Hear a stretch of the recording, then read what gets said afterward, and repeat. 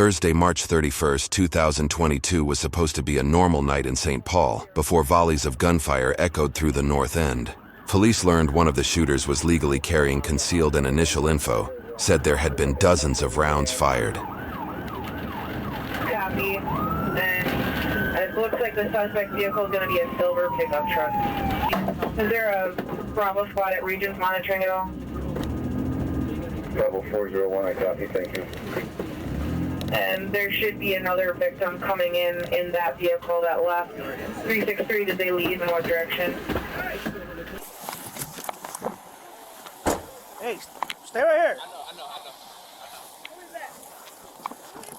Hey, where's the other person? Hey, get back. Who is that? 363, could you add Hotel Alpha 105? Looks like they got one person in their car. Yeah, okay with us. Stay right there.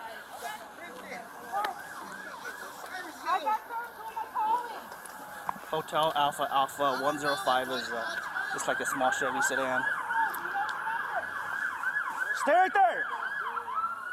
21-year-old Dion Ford, with a lawful permit to carry, was lying on the ground with his firearm in his hand. Ford was an ex-Central High School basketball and football player who had helped his team win 22 matches, including tough ones against Minneapolis North. After graduating from Central High, Ford played passionately and participated in junior college in North Dakota and Wyoming. He pursued an engineering major at Augsburg University in Minneapolis. Ford was a bright child, and naturally people around him, including his coaches, parents, and colleagues, had high hopes for him and his promising future. His friends organized multiple charity drives to honor his life, while the community launched the Dion Ford Scholarship to help aspiring athletes like Ford in their careers. Yet, one question remained. Who killed this young man? Let's go back to the Maryland supermarket on Thursday, March 31st, when two men were suspiciously following Ford. Detectives got their first break in the case when they found Ford on security camera footage from the market near where he was shot. Ford went inside a nearby restaurant with the two suspects who followed him inside the market, still hot on his trail. Their intentions became all too clear when Ford walked over to his Chevy Cobalt on the street outside, and one of the suspects followed from behind. He initially started talking to Ford lightly. However, the CCTV footage showed that his hand was inside his pocket.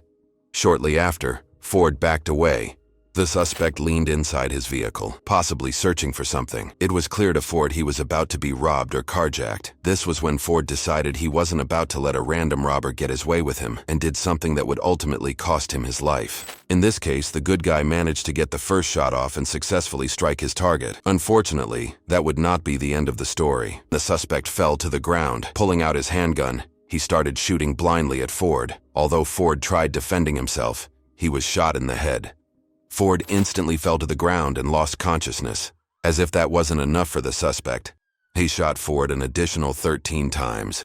As Ford lay there lifeless, a Chevrolet Cruze stopped nearby and outwalked a man who then fired more shots at Ford, while the suspect was being helped back into the Chevy Cruze. At 9:15 p.m., Ramsey County authorities received multiple calls from Maryland Avenue with the same information. There was a male bleeding to death in front of them. Ford's body was lying in between the Maryland Market and a restaurant when the police arrived. While the suspect was being helped back into the Chevy Cruze, Ford was surrounded by multiple shell casings, which suggested that there had been a prolonged exchange of gunfire. According to the report, witnesses said they heard 20 to 40 consecutive gunshots before they called 911. Medical assistance promptly arrived at the scene, and at 9:28 p.m., just 15 minutes later, Ford was pronounced dead. The officers stopped the Cruze from escaping and found the injured suspect inside, who was transported to Regions Hospital due to his critical condition. The officers also searched the vehicle for any weapons, but they didn't find any. They say both men pulled guns out of their pockets and started shooting at each other, and according to the criminal complaint, when they arrived on the scene, they found the men on the ground. Witnesses reported hearing 20 to 40 shots. Police say they found a permit to carry in Ford's wallet. He had a gunshot wound to the head and was pronounced dead at the scene. Police say Ford was already on the ground when Bell shot 13 more times at his lifeless body. Ford's death is sending shockwaves through the youth sports community. On April 4th, 2022, Ramsey County authorities issued an arrest warrant for 21-year-old D'Angelo Dampier, the carjacker's accomplice who pulled up on the shooting scene and fired more rounds at Ford. Dampier revealed that the Chevrolet Cruze belonged to his girlfriend Vivian, who drove Dampier and his brother, 23-year-old Xavion Tyrese Bell, to the supermarket. When Vivian backs in, you guys get out, you go into the store first, right? And then you go to the restaurant. Yep. And then you run into this other gentleman that was involved in this. Do you know his name? You don't know? Okay. All right. His name was Mr. Ford. Dion? Do you know Dion Ford? No. Have you ever seen him before? No. But I just figured out who he hangs around. Okay. All right. When asked about Ford, Dampier said he didn't know who he was or why they were following him. He also claimed that Bell didn't know Ford before the incident. And some of the things I find you being very truthful, and some things you're not being truthful about. Now remember, we watched a lot of video, okay? And you run back to the car, because why? I heard the shot. Okay. So what does shots mean to you? I mean, I don't know, it was just like, I felt something in I just felt a weird feeling. Because I didn't know who was getting shot at or who was shooting. I just had that feeling. It's like my body told me to go back to the store. And that's when I seen them two laid out on the floor. So I helped my brother up. I told her to help me call somebody to do something, trying to take him to the hospital. And told me he couldn't move or nothing. And yeah. okay. So you had a weird feeling. Because generally when you hear shots fired in the neighborhood, which I'm sure you do, you don't run towards them, do you? No. Well, it depends if one of my homies or if one of my brothers is in that spot, I'm going to go back. But if it's like all my people with me, I'm not going to go back. I don't care. Okay. Nothing to do. So he hands you a gun or a phone? Yeah. Okay. And what do you do with that object? You put it in your sweatshirt, you said? Yeah. Okay. What's the plan with that object? What are you going to do with it? Try to protect your brother? I guess so. Did you ever hide it in the car, or you always kept it in your sweatshirt? No, I took it. Okay, you took it with you. I don't know. What did you do with that gun? I don't really remember. I either tossed it or, I don't know, somebody took it from me while I put it down or some shit like that, because I went to the house that night. And What house did you go to? my house. Your house? Is it still at the house? No. That's what I'm saying. My shoes is gone. Some people went in there and took all my shit. You can even act. The investigator then asked what Dampier did when he saw his brother lying on the ground, to which he responded, "Right hand to God, I shot."